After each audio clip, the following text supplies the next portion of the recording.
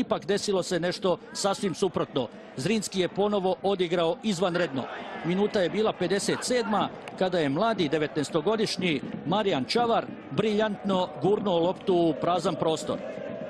Tamo je bio Filipović koji postiže drugi pogodak. Čavar je svakako bio junak pobjede Zrinskog.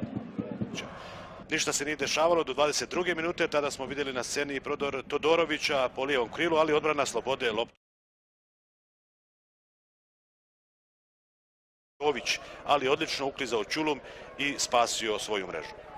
Tek u 56. minuti na drugoj strani u solo prodoru je bio Filipović. Blokirao je njegov. U poluvremenu igrala se 31. minuta kada nakon jednog kornera odlični Filipović povisuje na 4-2. U prosvjeda kod gostiju, a najdeblji kraj je Miloš Filipović. Istrčalog Bukvića koji je na povremenu zamijenio ozlijeđenog Velića. Miloš Filipović zaradio status najboljeg igrača utakmice. Dvoboj su bili Arnautović i Bilbija, a sudac Adis Molohasanović pokazao je Miloš Filipović. Do kraja prvoga dijela gosti su mogli doći do akcija Mostaraca, koju u pogodak za 2:0 pretvara najbolji pojedinac susreta Miloš Filipović. U sljedećoj akciji glavni sudac Emir Spahalić dosuđuje kaznen udarac precizan s bijele točke, bio je Filipović. Negodovanja u gostujućim redovima.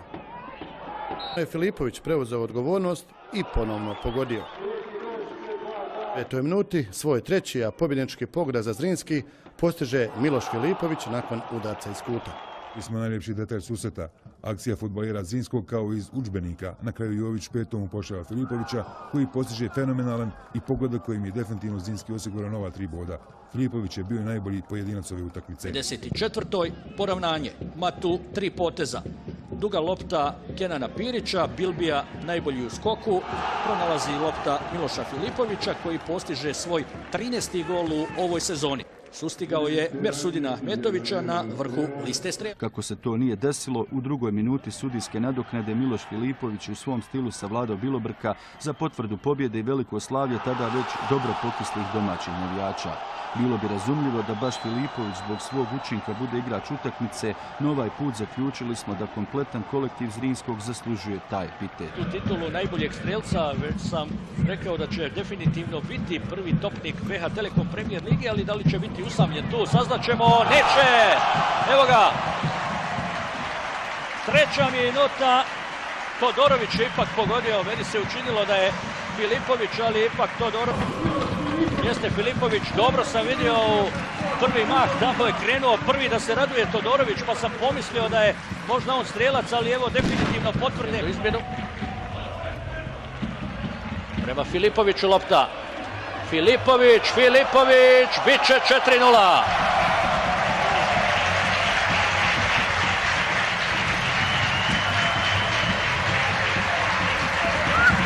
Šesnaesti gol u ovoj sezoni.